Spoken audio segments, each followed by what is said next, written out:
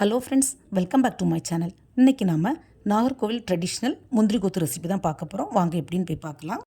அதுக்கு முன்னாடி நம்ம சேனலில் ஃபஸ்ட் டைம் பார்க்குற வியூஸ் ப்ளீஸ் சப்ஸ்கிரைப் பண்ணி வச்சுக்கோங்க. அப்போ தான் நான் போடுற வீடியோஸ் எல்லாமே மிஸ் ஆகாம உடனே உங்களுக்கு நோட்டிஃபிகேஷனில் வரும்.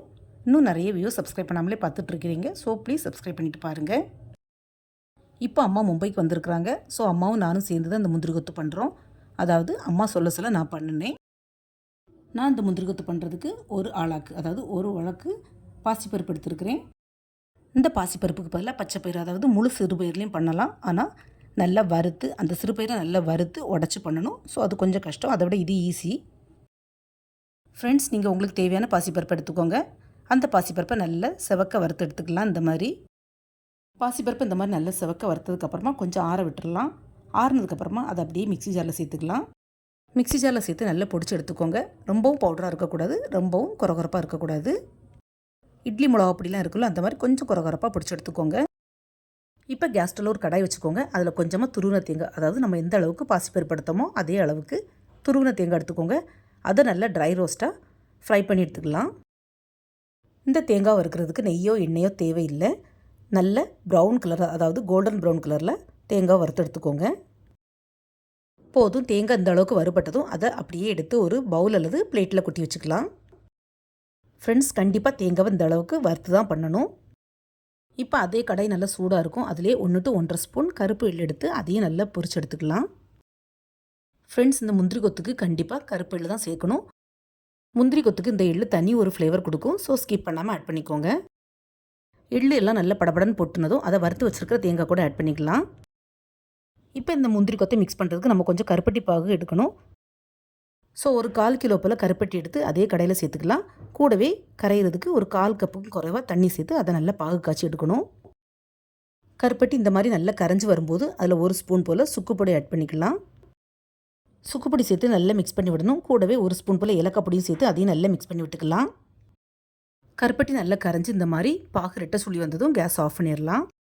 ஃப்ரெண்ட்ஸ், நிறைய பேர் கருப்பட்டிக்கு பதிலாக சர்க்கரை, அதாவது வெள்ளைப்பாகில் பண்ணுவாங்க. பட் இந்த முந்திரி கொத்துக்கு, நஞ்சள் நாட்டு முந்திரி கொத்துக்கு கருப்பட்டி பாகு தான் டேஸ்ட் நல்லாயிருக்கும். ஸோ இதே மாதிரியே ட்ரை பண்ணி பாருங்கள்.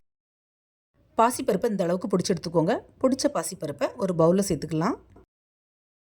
கூடவே நம்ம வறுத்து வச்சுருக்கிற தேங்காவையும் எள்ளையும் இது கூட சேர்த்துக்கலாம். இது 3ஐயும் சேர்த்து நல்லா ஃபஸ்ட்டு மிக்ஸ் பண்ணி விடணும். பொடிச்ச பாசிப்பருப்பு, வறுத்த எள், தேங்காய் எல்லாத்தையும் சேர்த்து நல்லா மிக்ஸ் பண்ணி விட்டதுக்கப்புறமா தான் நம்ம கருப்பட்டி பாகு சேர்க்கணும். என்னதான் ஒரிஜினல் கருப்பட்டியாக இருந்தாலும் அதில் நிறைய தூசி, கல், மண் எல்லாமே இருக்கும். ஸோ இந்த மாதிரி நல்லா ஸ்ட்ரைன் பண்ணி சேர்த்துக்கோங்க. அதே மாதிரி கருப்பட்டி பாகையும் மொத்தமாக ஃபுல்லாக சேர்க்காமல் கொஞ்சம் கொஞ்சமாக பருப்பு பொடியில் சேர்த்து இந்த மாதிரி மிக்ஸ் பண்ணி விட்டுக்கோங்க. இந்த முந்திரி கொத்து பண்ணுறதுக்கு கருப்பட்டி பாகு ரெட்டை சுழி, அதாவது 2 கம்பி பதம் சொல்லுவாங்கள்ல, அந்த ஸ்டேஜ் வர்றது வரைக்கும் நம்ம பாகு காய்ச்சி எடுக்கணும். அப்படி இல்லைன்னா முந்திரி கொத்து சரியாக வராது, உருந்து போகும் எண்ணெயில். முந்திரி கொத்துக்கு மாவை இந்த மாதிரி நல்லா கிளுகிளுன்னு, அதாவது ரொம்ப கட்டியாக இல்லாமல் கொஞ்சம் தொய்வாகவே மிக்ஸ் பண்ணி வச்சுக்கோங்க. இதை பண்ணின உடனே நம்ம முந்திரி கொத்து சுட முடியாது, நல்லா செட் ஆகணும். ஸோ நெக்ஸ்ட் டே தான் முந்திரி கொத்து பண்ண முடியும். நெக்ஸ்ட் டே பார்த்திங்கன்னா முந்திரி கொத்து மாவு இந்த மாதிரி நல்லா செட் ஆகிருக்கும். ஸோ நமக்கு தேவையான அளவுக்கு உருண்டையாக பிடிச்சி எடுத்துக்கலாம். இப்போ இந்த உருண்டைகளை டிப் பண்ணி போடுறதுக்கு ஒரு பேட்டர் ரெடி பண்ணணும். அதுக்கு ஒரு பவுல் எடுத்துக்கலாம். அதில் கொஞ்சமாக அரிசி மாவு எடுத்துக்கலாம். கூடவே ஒரு பிஞ்ச் போல் மஞ்சள் தூள் சேர்த்துக்கலாம். அதுக்கப்புறமா இதில் தண்ணி சேர்த்து நல்லா மிக்ஸ் பண்ணி விடணும். அரிசி மாவு பார்த்திங்கன்னா வறுத்த பச்சரிசி, அதாவது இடியாப்ப மாவு, புட்டு மாவு எதுவாக இருந்தாலும் சரிதான். அதே மாதிரி தண்ணியும் நார்மல் தண்ணி, பச்சை தண்ணி ஊற்றி தான் மிக்ஸ் பண்ணணும். சுடு தண்ணி ஊற்றிடக்கூடாது. மாவு மிக்சிங் பார்த்திங்கன்னா பஜ்ஜி மாவுலாம் எந்த அளவுக்கு இருக்குமோ அதே மாதிரி ரொம்பவும் திக்காக இல்லாமல் ரொம்பவும் தண்ணியாக இல்லாமல் இந்த மாதிரி மிக்ஸ் பண்ணி எடுத்துக்கோங்க. முந்திரி கொத்துக்கு இந்த பேட்டர் மிக்சிங் ரொம்பவே முக்கியம். ஸோ இதை மட்டும் கொஞ்சம் கவனமாக பார்த்து பண்ணிக்கோங்க. நாம் ரெடி பண்ண பேட்டர் ரொம்பவும் தண்ணியாக இருந்ததுன்னா இந்த பூர்ணத்தில் சுத்தமாக ஒட்டவே செய்யாது. எண்ணெயில் போட்டோன்னா ஃபுல்லாகவே உருந்துடும், உள்ள பூர்ணமும் வெளியில் வந்துடும். ஸோ இதை மட்டும் கொஞ்சம் கவனமாக பார்த்து பண்ணிக்கோங்க ஃப்ரெண்ட்ஸ்.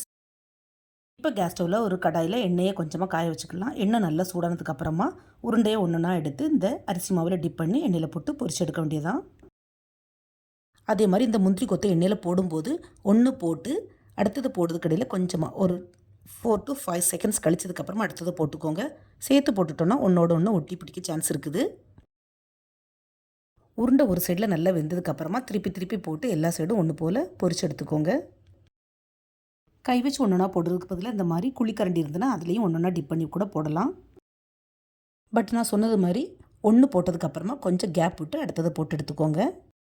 அப்போ தான் முந்திரி கொத்து ஒன்றோட ஒன்று இந்த மாதிரி ஒட்டாமல் வரும். நீங்கள் சின்ன கடாயில் போட்டு பண்ணுறதா இருந்தால் 4-5 அட் டைம் போட்டு எடுத்துக்கோங்க. பெரிய கடாய் யூஸ் பண்ணுறதா இருந்தால் 10-15 கூட போட்டு எடுத்துக்கலாம். அவ்வளோதான், எல்லா முந்திரி கொத்தையும் இந்த மாதிரி எண்ணெயில் போட்டு பொரிச்சு எடுத்துக்கலாம். மோஸ்ட்லி நாகர்கோவில் எல்லா கல்யாணத்துலேயும் பொண்ணு வீட்டிலேருந்து மாப்பிள்ளை வீட்டுக்கு சீதனமாக இந்த முந்திரி கொத்து பலகாரத்தை கொடுப்பாங்க. அது ட்ரெடிஷ்னலாக நடந்து வருது. ஃப்ரெண்ட்ஸ், தீபாவளி முடிஞ்சாலும் பரவாயில்ல, பொறுமையாக நீங்களும் இந்த முந்திரி கொத்தை வீட்டில் ட்ரை பண்ணி பாருங்கள். உங்களுக்கு எப்படி வந்ததுன்னு உங்களோட ஃபீட்பேக்கை மறக்காமல் ஷேர் பண்ணுங்கள். இந்த வீடியோ பிடிச்சிருந்தா SRV கலக்கல்ஸை லைக், ஷேர் அண்ட் சப்ஸ்கிரைப் பண்ணுங்கள். தேங்க்ஸ் ஃபார் வாட்சிங். See you soon in the next video. Bye bye.